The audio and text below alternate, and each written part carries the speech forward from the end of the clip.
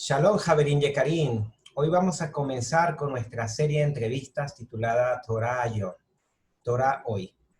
Y para nuestro primer programa tenemos al Rabí Agdiel Benovet, líder del movimiento Narratín, autor de múltiples libros como el Maaseh Sheluchim, la traducción del texto del libro de Hechos, el Toldo Yehoshua, Mateo Hebreo, la redacción y composición del Sidur de Filot Israel y muchos textos que también vienen en camino. Hoy lo invitamos especialmente para aperturar este programa de discusión, de hablar de Torah, adaptado a la vida moderna, a este siglo XXI. Y el tema que queremos mencionar hoy es Jaburot, Kehilot, centro de estudio, comunidades emergentes. ¿Qué respuesta tiene el movimiento Narratín a estas necesidades? Ante todo, muchas gracias, Rabí Agdiel, por aceptar la invitación y tiene algunas palabras para nuestro público. Bueno, primeramente, estimado Immanuel, agradecerte por esta invitación. Para mí es un gusto, como siempre. Es un honor poder compartir contigo un tiempo y también agradecerles a todos los que verán este programa. Agradecerles también por permitirnos llegar hasta sus hogares. Muchas gracias, Rabí Agdiel. Esperemos que este programa sea de gran luz para todas aquellas personas que están entre las naciones. Y bueno, entrando a nuestro tema de hoy. Actualmente encontramos en la web y en los directorios locales de muchos países que existen sinagogas, jaburot, una kehilot, una Bet Knesset, o lo que llaman hoy en día comunidades emergentes. Nos gustaría su opinión referente a qué se diferencia. Hay personas que a veces usan el término kehilá, el término sinagoga, y quizás no saben cuál es la diferencia, piensan que es una palabra más para llamar a lo mismo, o es que en realidad hay una diferencia entre decir una jaburá a decir un Bet Knesset. ¿Qué nos comenta al respecto? Bueno, muy interesante la pregunta porque habla ya de una manera en que nos proyectamos no solamente en nuestro contexto, en cómo nos identificamos a nosotros mismos, en un aspecto, digamos, ya de reunión entre unos y los otros, sino que también cómo nos definimos ante los demás, viviendo en el exilio, cómo nos identificamos inclusive a los ojos de personas no judías. Y la terminología yo creo que quizás puede ser un poco ambigua, aunque sus significados o sus raíces etimológicas, claro, indican ya un concepto muy único de cada uno de estos términos que mencionaste, es Bet Knesset, Jaburá, o Kahal, o Kehilá. Pero en la actualidad, yo creo que a medida que ha pasado el tiempo y la expresión de la vida judía ha ido desarrollándose en diferentes contextos, en diferentes países, se ha perdido un poco ese significado contextual de los términos hebreos. Por ello decía que en la actualidad son términos quizás con significados ambiguos. Se aplica el término, podemos entrar en cualquier directorio, inclusive online, buscar la comunidad judía en X país y vemos que hay sinagogas que se llaman sinagoga y a la vez Kehilá. Kehilá, digamos, Kehilat Yaakov. Sinagoga, Kehilat Yaakov y viceversa. O sea, se han popularizado los términos y han perdido su contexto original. Entonces, el objetivo no se trata de hacer una crítica realmente de cómo es que se debe usar el término o cómo es incorrecto. Ese no es el objetivo. El objetivo es, como bien decía Immanuel, qué pensamos nosotros y cuál es nuestra proyección como movimiento judío, como expresión judía. Entonces, en ese sentido, en esa línea de pensamiento, nosotros hacemos una diferencia entre el concepto Bet Knesset, que es lo que se traduce al español como sinagoga, claro, pasando ya por el mundo greco-romano, donde el término sinagoga surgió. Debo decir rápidamente, porque el objetivo de esto acá no es hacer un estudio, sino hacer una respuesta práctica que se comprenda la idea. Sinagoga, el concepto de sinagoga, esa traducción de lo que es en hebreo Bet Knesset, que significa centro de reunión, pasa por el concepto greco-romano y tenemos sinagoga, un término que proviene de ese mundo helénico. Así como en español, centro comunitario es una perfecta traducción para sinagoga, también lo es, como el término centro comunitario, esta expresión, es una perfecta traducción para el hebreo Bet HaKnesset. De igual manera, centro comunitario es una muy buena traducción del concepto sinagoga, porque de hecho el término sinagoga no surge dentro de la comunidad judía, sino que surge en el mundo de aquella época. Sinagoga simplemente significa centro de reunión, por lo tanto el término podía ser aplicado para cualquier reunión, tanto judía como de cualquier otra etnia, sea una reunión política, contextos sociológicos o religiosos inclusive, cultural. Así que eso hay que tenerlo presente. ¿Por qué? Porque en la modernidad hablamos de sinagoga y todo trae consigo ya una idea formada, una idea preconcebida en nuestras mentes. Ahora, ¿cómo lo canalizamos nosotros? Que el concepto Bet HaKnesset habla de una institución más formalizada en contraste con Jaburá. El término Kahal o Kehilá ya habla de una agrupación mayor y dentro de esa agrupación, dentro de ese Kahal o Kehilá puede estar entonces el Bet HaKnesset. Como decía, un centro comunitario, pero que ya está estructurado de una manera quizás muy formal. Es decir, tiene a su Hazán o el Sheliach Zibur, es decir, tiene a una persona que se le ha contratado para que dirija lo que es el Keriat Torah, la lectura apropiada de la Torah, es decir, que sepa entonar la lectura de la Torah, que sepa dirigir a los reunidos en la Tefilat Tzibur, en las oraciones públicas o comunitarias. Se requiere obviamente de todo un equipo, del presidente, de la sinagoga, del Gabay, o sea, hay un equipo detrás de una sinagoga, de un Bet HaKnesset. Es necesario para mantener esa estructura. Ahora, lo que sucede es que el objetivo original es que en cada barrio existiera ese centro comunitario. En el exilio esa no es la realidad. Es imposible de lograrlo así. Por lo tanto, abogamos y creemos que es muy práctico traer al presente esta idea tan antigua que es la Jaburá. ¿Qué es Jaburá? Seguramente el término Haber, de la misma raíz, es muy popular, ¿cierto? Sabemos que Haber significa amigo. Pues Jaburá no está muy lejos de ese contexto. Estamos hablando de una sociedad, de un compañerismo, reuniones para estudiar, para socializar, para experimentar la vida judía entre compañeros.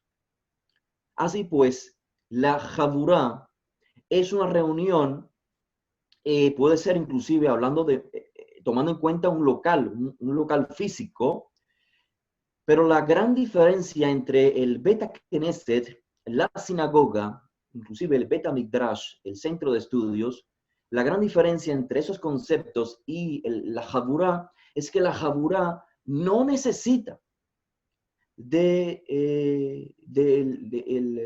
una persona experimentada, digamos, el que lee la Torah, que está experimentado ya en la vocalización exacta de las palabras hebreas, en las entonaciones.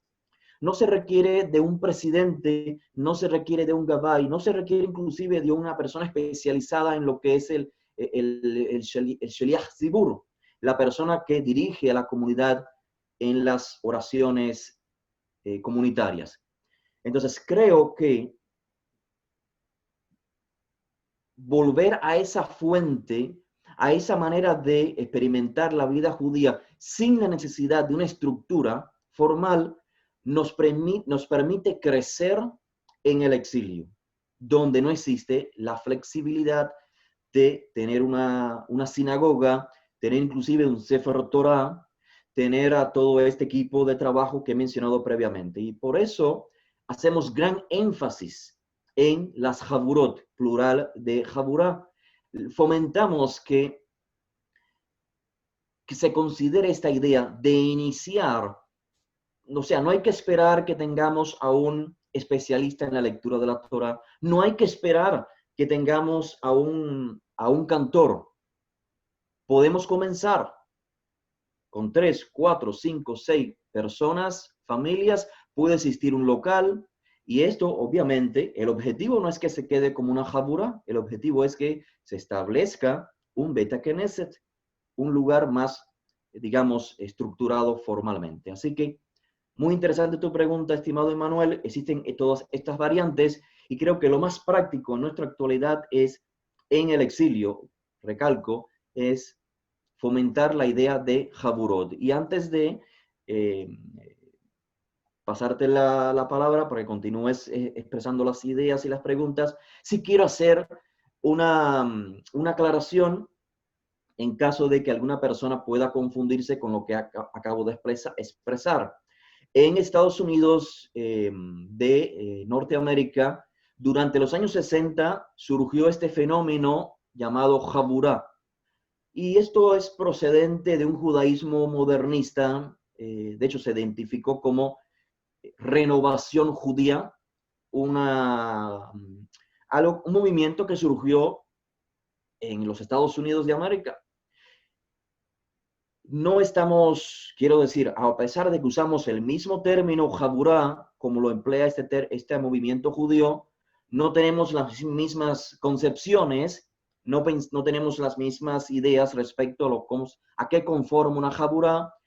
Brevemente, este movimiento judío norteamericano, el mayor énfasis es en el igualitarismo, es decir, acentuar el feminismo dentro de la vida judía ritual. Es un tema, y como digo, punto y aparte, no es nuestra misma visión, y era simplemente una aclaración para no crear malos entendidos. No, la fuente de las Jaburot inicia en la tierra de Israel, lo más antiguo que tenemos es el primer siglo.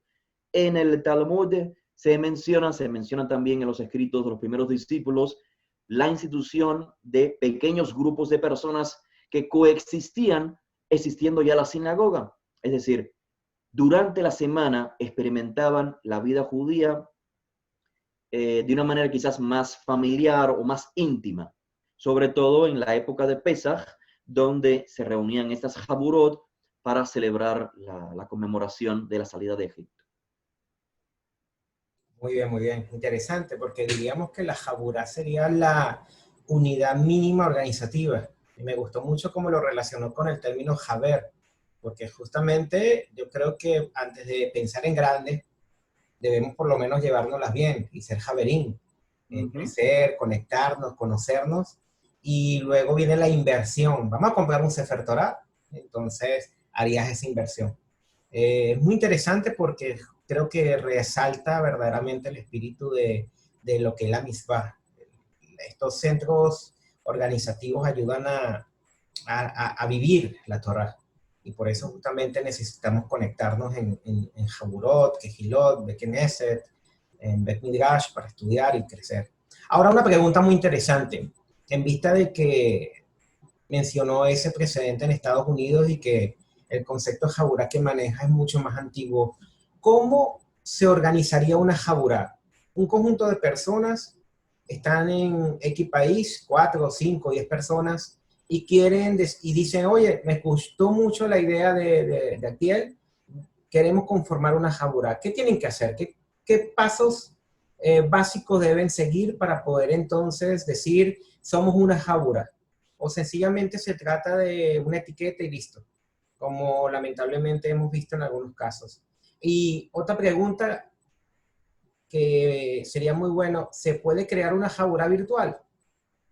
Ya que estamos ahorita en la época del coronavirus, nadie puede visitarse, no nos podemos reunir, podemos quizás tener hay algún precedente halágico de poder tener una comunidad virtual. ¿Qué opina de eso, Ravi? Muy interesante y como bien decías al final, pues tiene relación con esto que estamos viviendo. Sin duda se puede establecer lo que es una Habura en cierto aspecto, digamos, virtual, hasta que todo esto termine, porque el objetivo de una Habura es convivir y ciertamente la distancia no nos lo permite. Lo que hacemos virtualmente es compartir ideas, ¿cierto? Pero ese abrazo caluroso, esa hermandad, ese compañerismo es únicamente parte de un ejercicio, digamos, físico.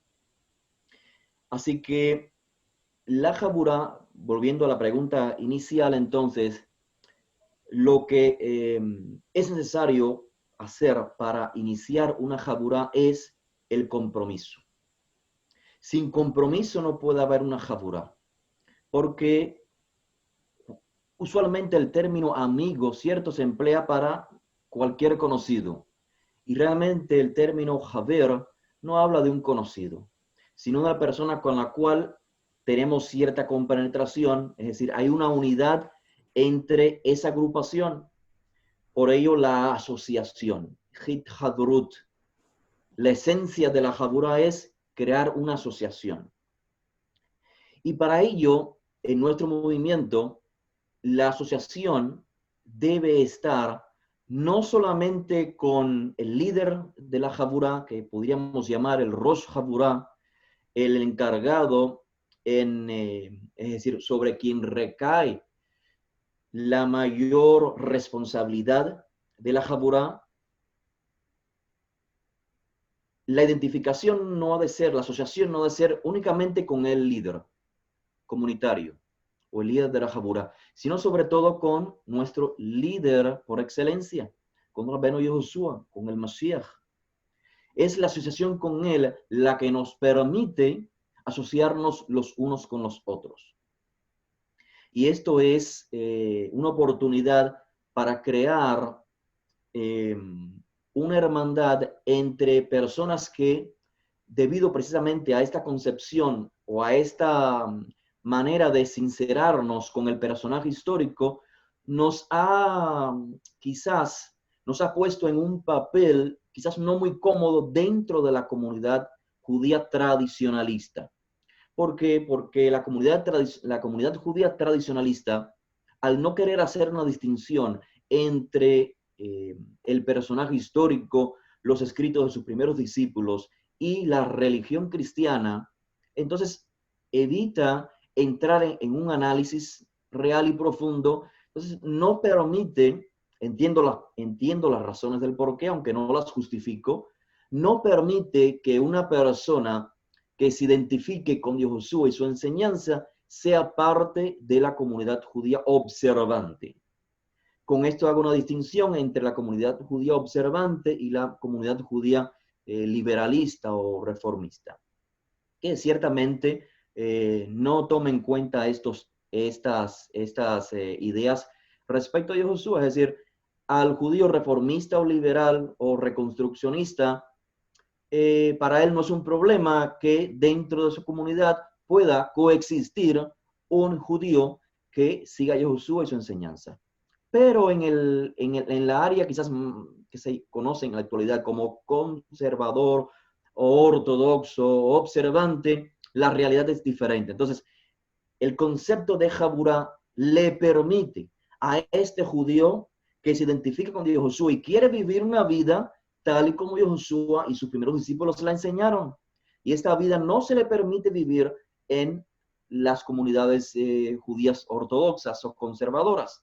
Entonces, la Habura le permite lo que decía al inicio, Hit Haberut, asociarse con Yehoshua y con otras personas que tengan la misma convicción y vivan de acuerdo a estos estándares de vida. Entonces, Habura, volviendo otra vez al inicio, se inicia con una convicción seria, genuina, con el compromiso de transmitir, no solamente cuando estamos reunidos con otros Haverim, sino cuando estamos a solas, transmitir el legado de Yehoshua. Así que, ¿cómo inicia una Habura? Con compromiso, con integridad, con estas ideas que trae Josué y sus primeros discípulos. La expresión judía de Josué, o sea, la expresión sobre la vida judía, cómo ha de ser de Josué y sus primeros discípulos, el sincerarse con esas ideas y hacer que ellas sean parte de la vida judía o hoy, 2000 años después, obviamente actualizando las ideas y los conceptos que Josué transmitió a través de una halajá evolutiva, eso se puede lograr en una jaburá. Necesitamos primeramente el compromiso. Luego, la jaburá requiere para que exista, ¿cierto? No para que sea simplemente un encuentro de, digamos, una vez al mes. La jaburá requiere de encuentros semanales. De lo contrario, ya no es una jaburá. Requiere encuentros semanales para conversar, no solamente de la Torá, para Parashat Shabua, sino de temas halágicos de la actualidad. Cómo enfrentar las realidades que aparentemente nos hacen transformar nuestra vida judía desde antaño, o sea, cómo nos enfrentamos a la realidad, por ejemplo, del COVID-19. Cómo expresar la vida judía teniendo esto que es tan reciente en cuenta. Esa es una de las objetivos por los cuales la Jaburá debe reunirse al menos una vez a la semana, además, claro, de compartir, digamos, viajes a explorar, ¿cierto? Ir a las montañas, compartir con los niños y demás. Es necesario compartir, primero dije, la asociación con Dios Josué, todos tienen que coordinar con esa idea. Luego, Mifgash, esto es el encuentro semanal. Y todo esto debe estar acompañado por Limud Mahase. Entiéndase, el aprendizaje y la acción.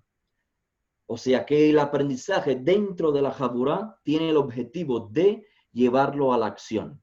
No estamos hablando únicamente de ritos, ¿cierto? Estamos hablando de cómo vivir la vida según lo decreta la Torá en la actualidad. Para ello tenemos que profundizar en los textos sagrados y buscar la manera entonces de llevarlo a Maaseh, a la acción, a la práctica.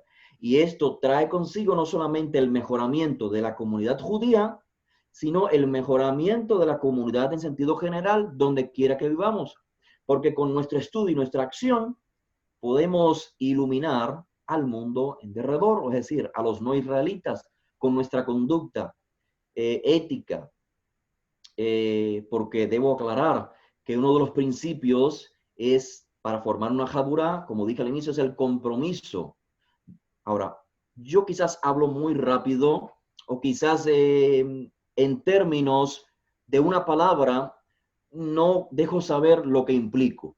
Cuando yo hablo de hitjabrut, de asociarse con Josué, no estoy hablando de decir Josué es el Mesías para nosotros. Estamos diciendo, nosotros nos identificamos con la enseñanza de ese maestro y la de sus primeros discípulos, y la única manera de evidenciarlo no es en teoría, sino en práctica. Por lo tanto, no se puede concebir una jaburá naxratí si sus componentes, es decir, sus miembros, no son rotfet sedek, es decir, personas que buscan hacer la justicia, porque a fin de cuentas ese es el legado de la Torá. Cuando nos identificamos con Josué como el Mashiach, no estamos desligando el mensaje de la teoría, o sea, la teoría de la práctica. Y Josué vino a enseñar la Torá, de qué manera poder aplicarla en el diario vivir. Es el mensaje desde antaño, desde los días de Abraham, según registra el texto de la Torá. La única razón por la que Abraham fue elegido es porque sus hijos transmitirán Tzedaká y Mishpat, la justicia y la equidad. Así que ese es el cómputo, digamos, de lo que forma una jaburá. Es necesario un compromiso con Josué, con sus enseñanzas, que son enseñanzas de la Torá, que vienen a transformar la vida del ser humano, vienen a obligarnos, literalmente, obligarnos a vivir la Torá desde un trasfondo ético y moral. No estamos hablando de ritos. Estamos hablando de que cada rito debe estar inspirado por un mensaje ético y moral. Si no es así, pues es en vano. El rito es en vano desde la perspectiva del Mashiach y Josué y sus primeros discípulos. La halajá debe estar de la mano con la ética y la moral. Así que, además de este compromiso, tenemos que tener un encuentro, mifgash, semanalmente los unos con los otros, procurando que limud, el aprendizaje, con el objetivo de ma'aseh, de llevarlo a la práctica, alimentarnos nosotros mismos y transmitir ese mensaje de luz al resto de las comunidades no israelitas o israelitas que podamos convivir juntos. Excelente. Me gusta mucho ese concepto porque siempre nos preguntan qué es un amigo, porque también ocurre mucho en la occidentalización de las cosas. Entonces a todo le llamamos amigo, pero el concepto hebreo de Haber es de Jibur, conexión. Si te conectan con el creador, ese es un Haber. Y justamente, generalmente en Latinoamérica, encontramos muchos clubes sociales, club sirio, club libanés, club Colombia, el club italiano y el club judío. Y cuando vemos estos tipos de clubes, están orientados bajo un club social donde sencillamente se agrupan un conjunto de personas con una identidad, pero no vemos que en realidad haya una distinción entre el club judío a los demás clubes. Tienen piscina, tienen salones de fiesta, y en realidad se maneja más que todo como un club de un conjunto de personas, pero bajo un estatus social más que espiritual. Pero también hay otro factor, que es el factor de que también desde el punto de vista ortodoxo, cualquier otra comunidad o agrupación judía que no sea según su lineamiento, entonces tampoco lo consideran una agrupación religiosa judía verídica. Por ejemplo, en Estados Unidos, creo que fue hace un tiempo, hubo un tiroteo en una sinagoga y un rabino de Israel, para no catalogar esa sinagoga como una sinagoga, porque no era ortodoxa, creo que era conservadora, dijo que hubo un tiroteo en un club social judío. Y eso generó mucho rechazo porque justamente dentro de sus palabras de apoyo también estaba su exclusión allí. Y es algo muy interesante que debemos manejar porque todo está orientado alrededor de la Torá y no fuera de ella, que es la que nos da identidad. Y usted mencionó algo muy interesante. Dijo que siempre debe haber un Rosh, un líder. La pregunta del millón. He visto, por experiencia propia, que cuando se tratan de formar Jaburot, obviamente bajo la concepción de estudiar Torah, el tema del liderazgo es algo muy debatido. ¿Quién considera usted que deben ser las características de alguien que puede ser un líder de Jaburá? Porque en lo que comenzamos viene una disputa. El que coloca más dinero, ese debe ser el líder. El que estudia más, ese debe ser el líder. El que habla más elocuentemente debe ser el líder. ¿Qué características debe tener una persona para decir que en cierto modo puede cumplir con esos requisitos de ser un Rosh Haburá? Quizás esto nos ayude también, que los que oigan este programa puedan quizás ayudar a definir estas cosas para tener una vida de una Jaburá más sana, más ordenada, más en armonía. Porque yo creo que siempre hemos dicho que debemos ser como los discípulos de Aarón, como dice Pirkei Avot, buscar siempre la paz. Y la paz es algo que se construye y se cimienta. Si comenzamos una Jaburá, imagínense, discutiendo, entonces no va a tener futuro porque comenzó mal. ¿Qué opina usted de esto? Muy bien, yo creo que debe ser el Rosh Haburá, el líder de la Jaburá, puede ser una combinación de varias cualidades. Entiéndase que el Rosh Haburá no tiene que ser necesariamente, fíjense, necesariamente una persona con el don de proyectar, o sea, el don de enseñar, quiero decir. Hay veces que pensamos que el líder tiene que cubrir todas las áreas, es decir, que tiene que ser un maestro, ¿cierto? Que a la vez tiene que ser una persona monetariamente bien sustentada y queremos aplicarle en él una serie de cualidades. Y yo creo que si esa es nuestra expectativa como miembros de Jaburá, va a ser muy difícil lograr una persona en la cual hayan varias características juntas. Así que yo miraría en el líder de la Jaburá no el maestro por excelencia, sino que en la Jaburá puede haber un maestro, es el encargado de la enseñanza. Entonces, el líder de la comunidad no es el que se destaca porque es el que más sabe de todos, sino porque es, como bien decías, tiene que ser uno de los discípulos de Aarón. Tiene que ser una persona que tenga la capacidad, no que puede, que tenga la capacidad de lidiar con una jaburá, con una comunidad, con una reunión donde hayan diferentes pensamientos, donde hayan diferentes expresiones. Si la persona está capacitada para lidiar con esto, que tenga la paciencia para lograrlo, ese es el Rosh Jaburá. Y creo que son los miembros quienes deben elegir a esa persona, no que la persona misma se imponga sobre ello. Seguimos las imágenes del Tanaj. Moshe no fue el que se eligió al mismo. Yosef, Hatzadik, no fue quien se eligió al mismo. Josué de Nazaret no fue quien se eligió él mismo.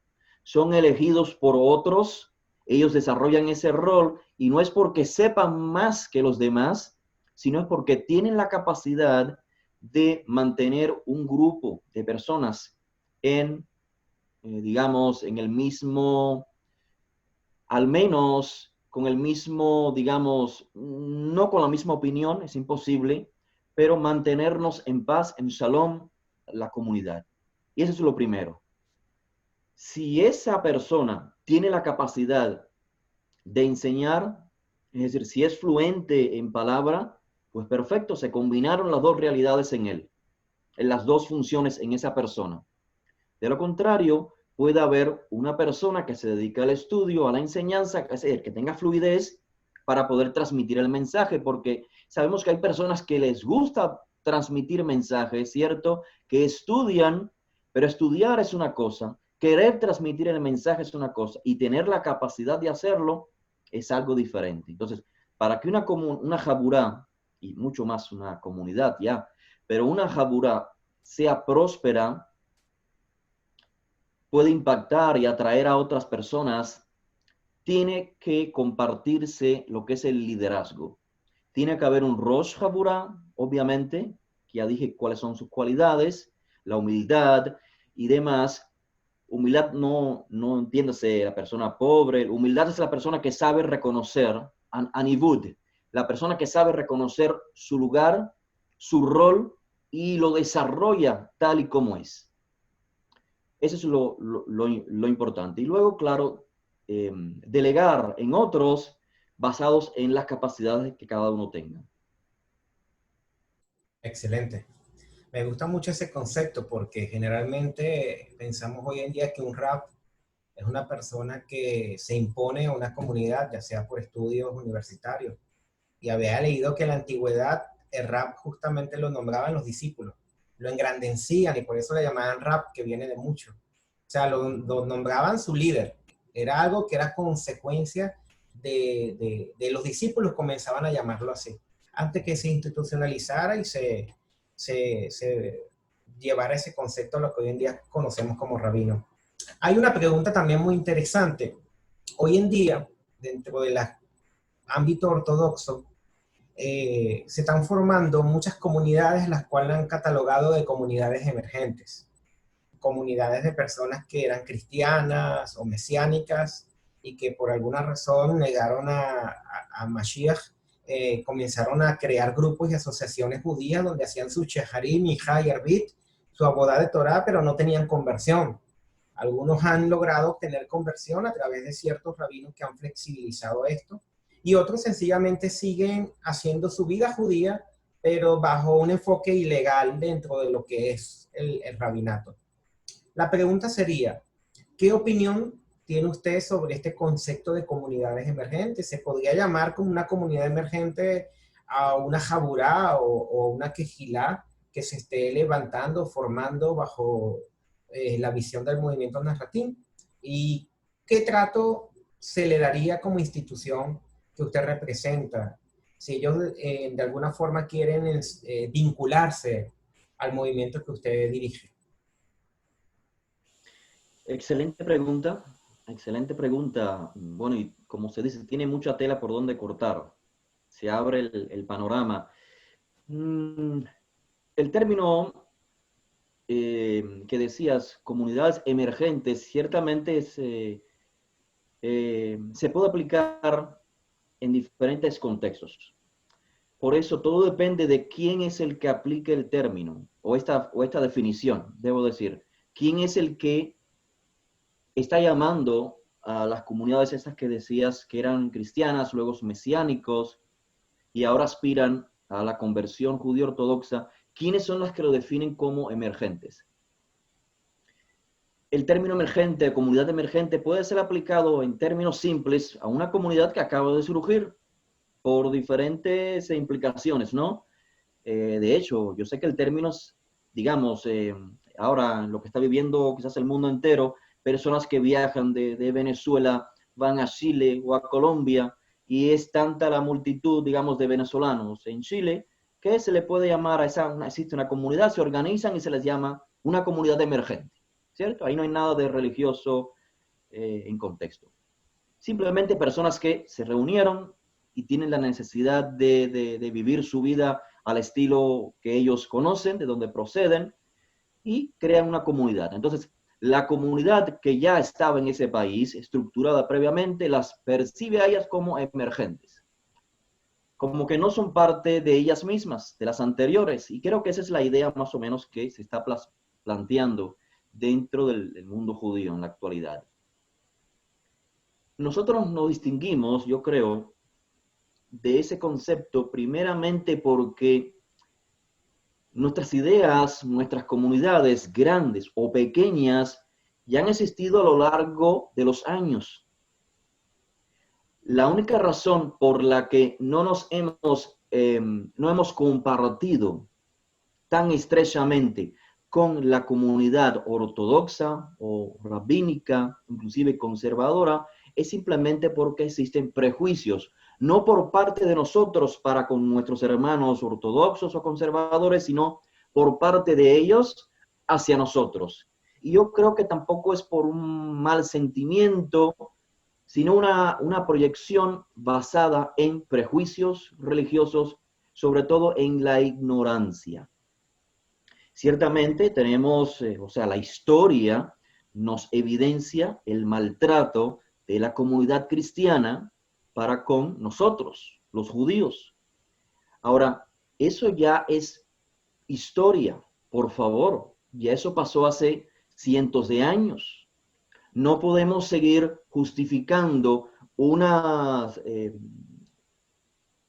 emplear términos peyorativos en la actualidad o marginarnos entre judíos simplemente porque otra persona, por la opinión de otra persona, por lo que otra persona, inclusive no judía, pensaba de nosotros o de ellos. Estamos hablando entre hermanos. Entonces, yo creo que en la actualidad están cayendo esta serie de prejuicios, estimado Immanuel.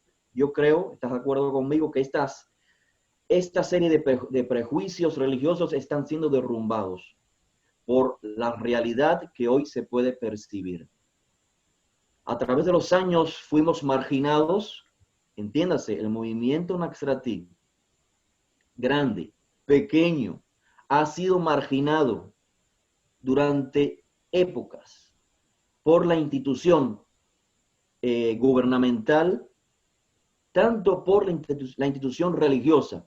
Entiéndase que de ambos bandos, el mundo cristiano nos ha perseguido, nos ha tratado de opacar, porque nuestro mensaje es la evidencia de que el cristianismo como religión es una tergiversación de Josué y el mensaje de sus primeros discípulos.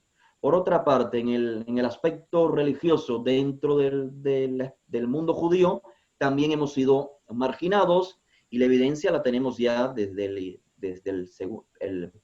a finales del primer siglo con la institución de la Birkat Minim, de lo cual no vamos a hablar hoy porque no tendría sentido, pero simplemente es la declaración de que quien no es como yo es un hereje, simplemente por pensar diferente. Acá no estamos hablando de halajá, porque los Naxratim desde la antigüedad hemos sido Shomer Torah u Mitzvot.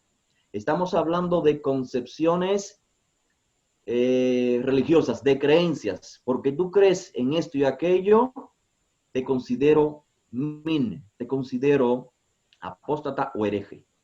Entonces, volviendo a lo que decías inicialmente, esto ha creado a través de los tiempos, de los siglos, ha creado un distanciamiento, lamentablemente, entre nuestras pequeñas comunidades denigradas, tratadas de aplastar, y la comunidad judía ortodoxa, digamos, de la corriente talmúdica.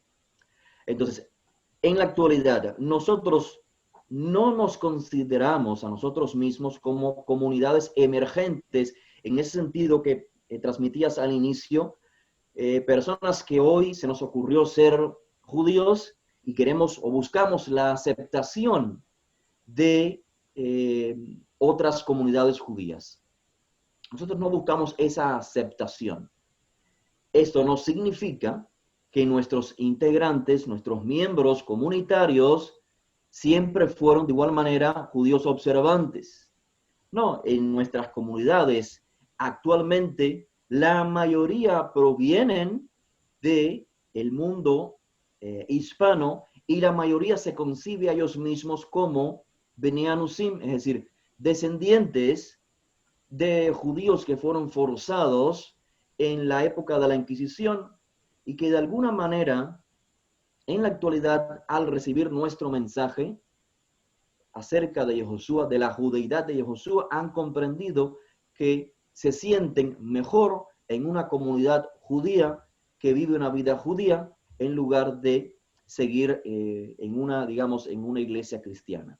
Así que en ese aspecto, en este contexto, no nos consideramos como comunidades emergentes, aunque es una realidad que en la actualidad están surgiendo una serie de grupos emergentes que se identifican con nuestro mensaje. O sea, lo uno lo quita lo otro, simplemente que hay que hacer esta distinción en que nuestras comunidades no buscan la aprobación de la identidad judía de otras comunidades. Los respetamos a ellos, respetamos sus convicciones, aunque no estemos de acuerdo a sus planteamientos. Y lamentablemente lo opuesto no sucede.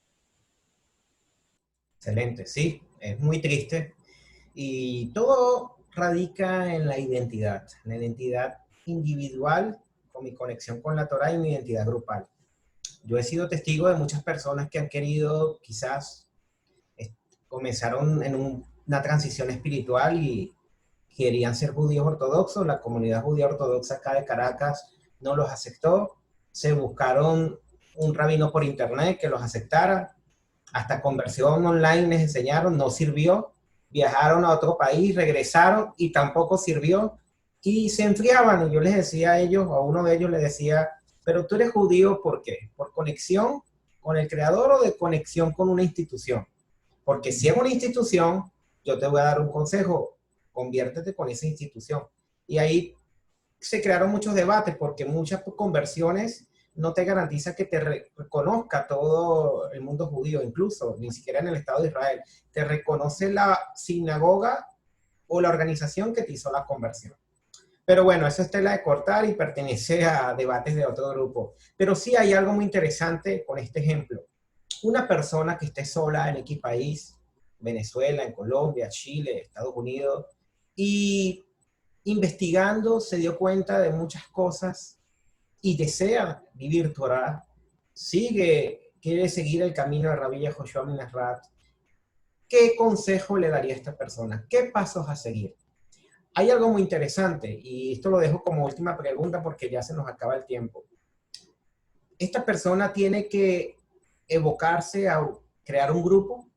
Siempre se dice que el judaísmo no es proselitista, pero también encontramos muchos midrashim y análisis de cómo Abraham se dice que cuando salió de allá de Ur de los Caldeos, dice, y salió con todos los que había ganado. Interpretan los comentaristas que todas las personas que él había llamado para la fe hebrea. Entonces, si el padre de la fe hebrea hizo esta práctica, hoy en día, ¿qué tiene que hacer una persona que tiene una convicción, un deseo de verdad en seguir? ¿Está sola?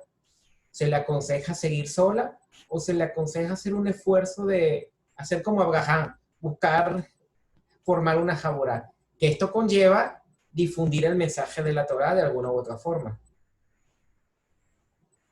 A ver, ¿qué nos aconseja? Exacto, yo le aconsejo, exacto, como decías, la vida judía se requiere vivir en comunidad, es decir, compartirla con otras personas. Hay veces que las familias son grandes y si la familia entera retorna al camino de la Torá, o digamos que no eran judíos y se integran gradualmente a esta forma de vida, pues yo creo que una familia ya de 10 personas, pues le basta.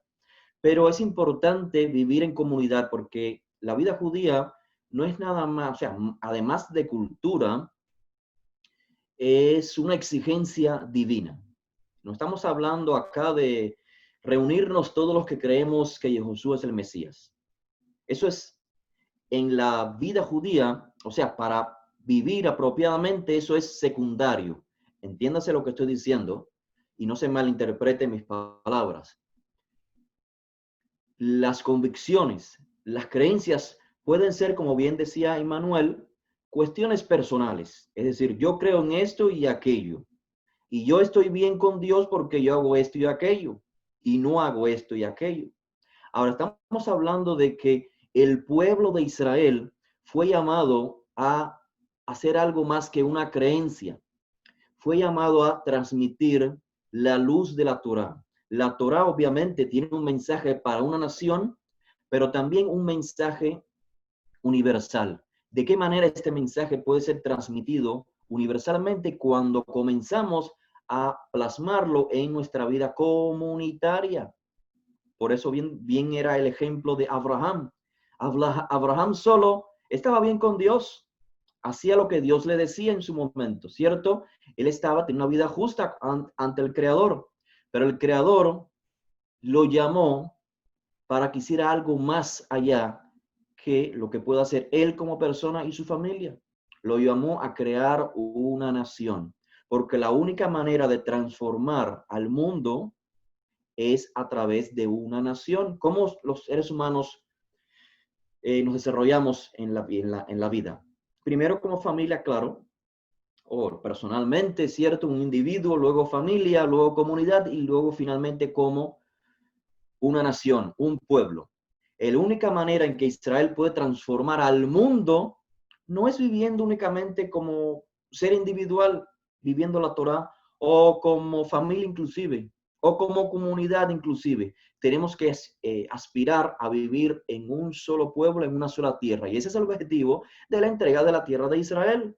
Así no solamente nos entrega la Torá, sino que nos dice, y te entrego una tierra, porque la tierra está condicionada a que vivas la Torá apropiadamente. La tierra se entregó porque se te entregó previamente una Torá, para que puedas poner en práctica el sistema de justicia social que viene por inspiración divina, es decir, fue revelado. La única manera entonces de enviar el mensaje universal de la Torá es cuando lo podemos poner en práctica en un contexto nacional. Lamentablemente en Israel en la actualidad el gobierno es secular, no es la expectación que todos los judíos tenemos, pero podemos comenzar desde el aspecto comunitario, desde una jaburá, es decir, la reunión de varias personas, aunque no todas sean judías, pero que todas tengan la aspiración de vivir una vida acorde a los principios de la Torá. Así que es indispensable, además es necesario la vida en jaburá, la vida en comunidad. Es un requisito de la Torá. No se puede decir, estoy viviendo la vida como la Torá ordena, si no estamos viviendo en comunidad. Es decir, tenemos que aspirar a más. Las familias, como bien decía Manuel, hay familias que nos escriben, personas que nos escriben, nos dicen, estoy solo, mi familia no me entiende. O hay familias que dicen, no encontramos a otra persona con que reunirnos, con la cual reunirnos. ¿Cómo hacer entonces? Era la pregunta inicial. Yo creo que necesitas no esperar por mí, no esperar por Manuel, no esperar por todos los representantes, líderes comunitarios que ya conocemos, que existen en la comunidad Naxtrati. Necesitas esforzarte tú. No importa que comiences cometiendo errores, porque eso es normal, eso es parte del crecimiento. No se crece si siempre se hacen las cosas bien. Los errores son los que te permiten crecer.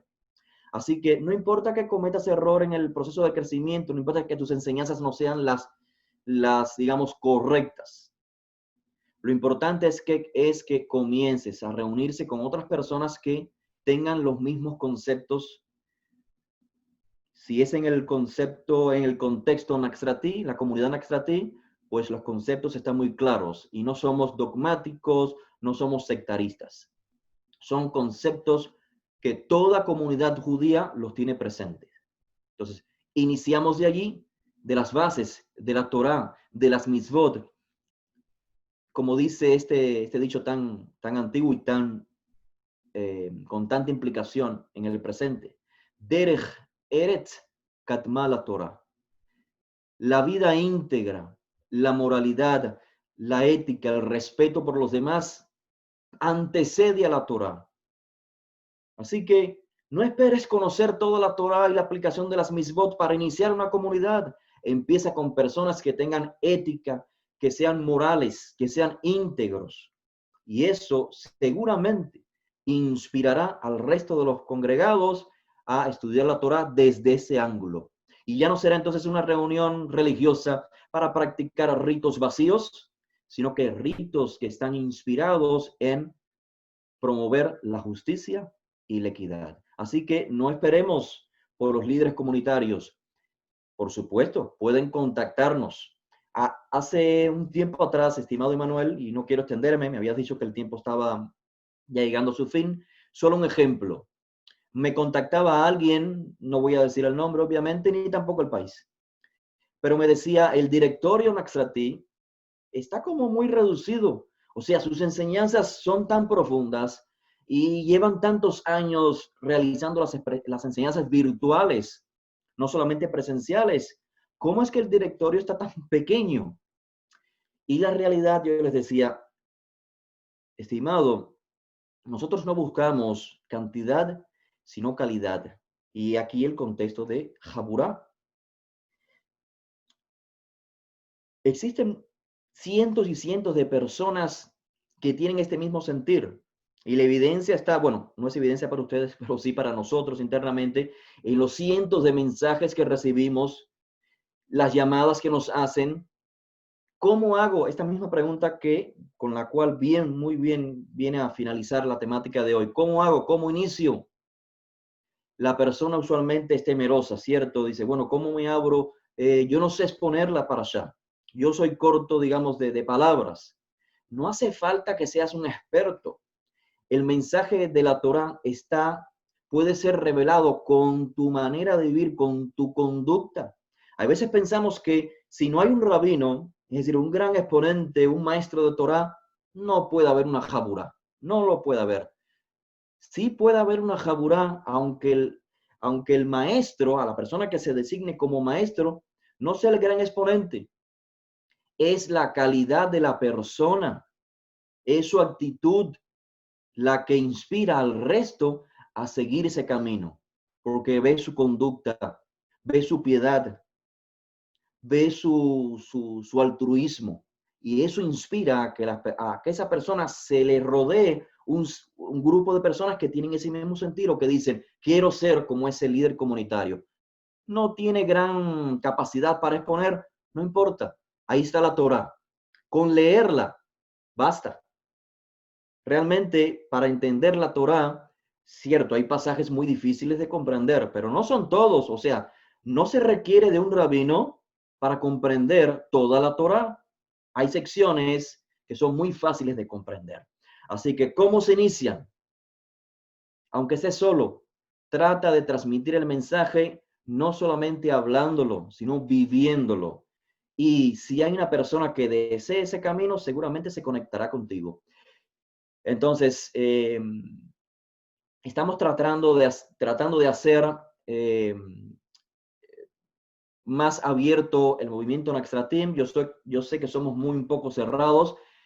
Estamos tratando de abrirlos y por eso estamos generando clases en la actualidad, como por ejemplo el programa Rotfet Sedek, que son necesarios para comenzar una jabura.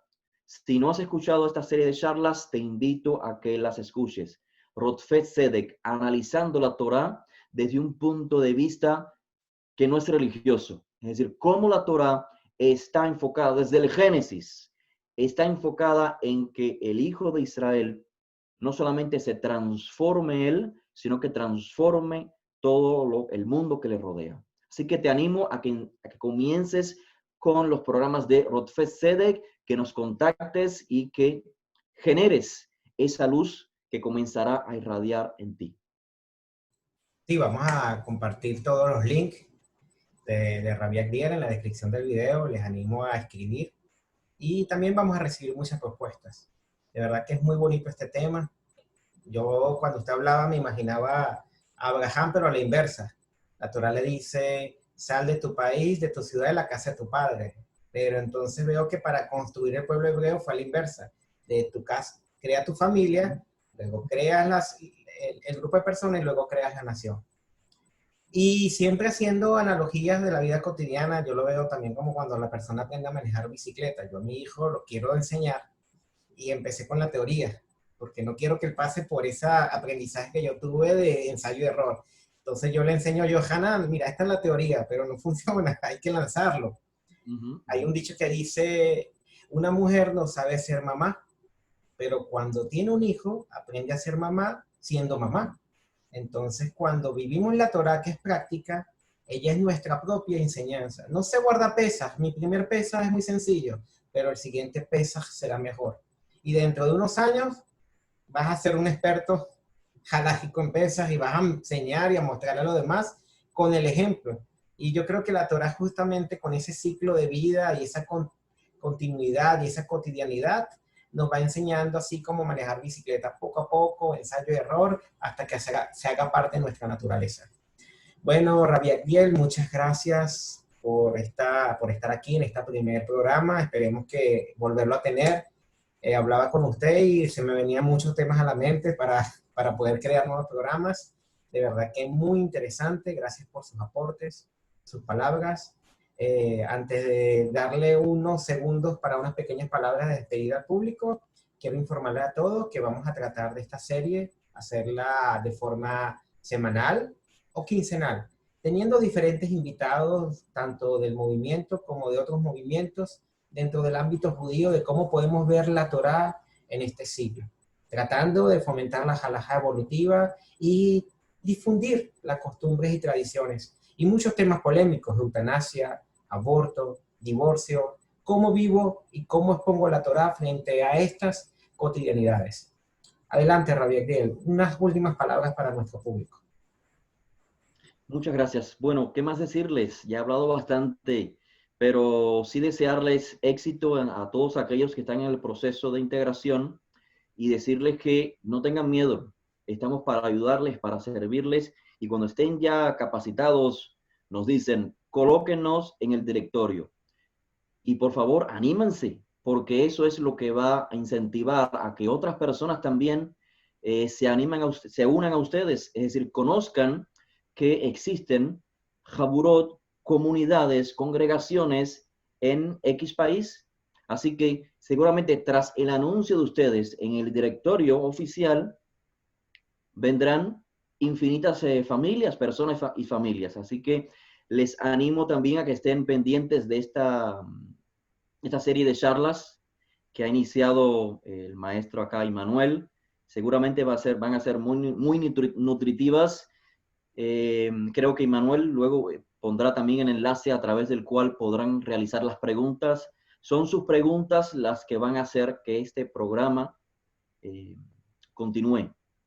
Así que, una vez más, ánimo, adelante, que Hashem está con nosotros. Toda persona que desea volver a la Torá, seguramente tiene a Hashem ayudándolo, asistiéndolo.